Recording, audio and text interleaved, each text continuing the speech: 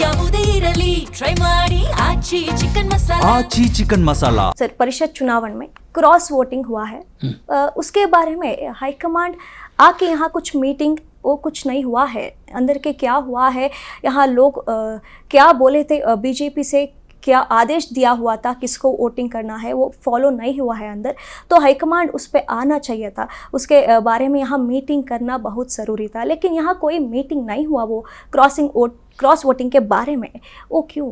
नहीं, ये जानकारी सही नहीं है। हर चीज़ सिर्फ आ करके और सिर्फ मीटिंग करके नहीं जानी जाती है। हमारे पास जानकारी प्राप्त करने के बहुत से स्रोत होते हैं। हमें इस बात का दुख है कि इसमें तो कोई डिनाइल नहीं है कि हमारे 3-4 लोगों ने जो उनको मत एलाटेड थे उससे विपरीत वोट किया है। लेकिन इस चुनाव की एक बड़ी समस्या क्या है, ये विसंगति है इस चुनाव की। राज्यसभा के चुनाव में जब आप वोट देते हैं तो दिखा के वोट देते हैं, तो आपको मालूम रहता है कि किसने किसको वोट दिया। विधान परिषद के चुनाव में मतदान गोपनीय होता है, तो किसी को पता नहीं चलता कि किसने किसको वोट दे दिया। इस नाते सारी जांच हम लोगों ने की है, दिल्ली में बैठ के हुई है, हमारे स्थानीय नेता दिल्ली भी गए थे।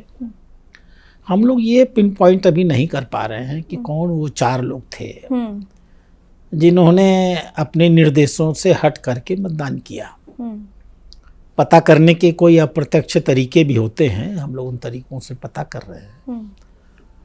उसको लेकर हम बहुत चिंतित हैं, ऐसा नहीं है, लेकिन चिंतन की प्रक्रिया है कि हमारे यहाँ ये चीज़ें नहीं होनी चाहिए, आगे से न होने पाए। तो हम लोग उसके लिए सावधान हैं और जो उचित कार्रवाई होगी उसके लिए प्लानिंग कर रहे हैं।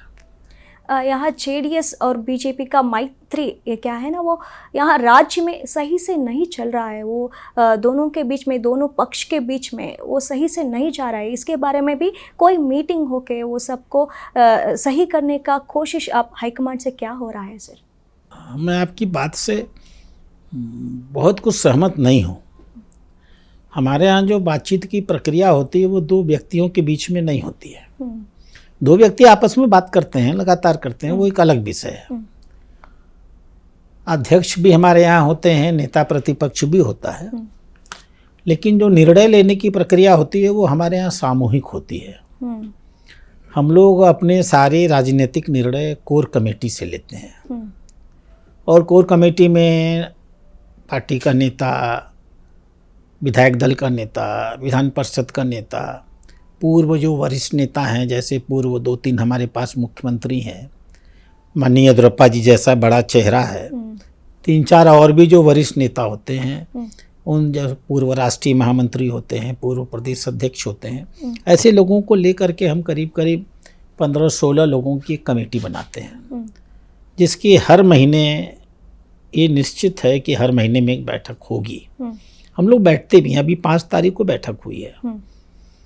अभी राष्ट्रीय अध्यक्ष जी पिछले महीने आए थे, तब बैठक हुई थी। तो हमारे जो राजनीतिक निर्णय होते हैं वो न तो प्रदेश अध्यक्ष के विचार से निकलते हैं, न नेता प्रतिपक्ष के विचार से निकलते हैं। ये आपस में बातचीत करके कोर कमेटी में विषय लाते हैं, और अंतिम निर्णय हमारे यहाँ कोर कमेटी से लिया जाता है। कोई भी निर्णय हो, तो राज्यसभा में कौन जाएगा, विधान परिषद में कौन जाएगा, कांग्रेस के प्रति हमारा क्या स्टैंड होगा, ये सारे, अभी पंचायत चुनाव अगर कहीं हो गया, हालांकि सरकार तो करा ही नहीं रही है, भाग रही है, डर के मारे भाग रही है, तो ये सब निर्णय हमारे यहाँ सिस्टम है कोर कमेटी का। हम व्यक्तिवादी संगठन नहीं है, इसलिए 2 व्यक्तियों की बातचीत पर नहीं बल्कि सामूहिक निर्णय पे काम करते हैं।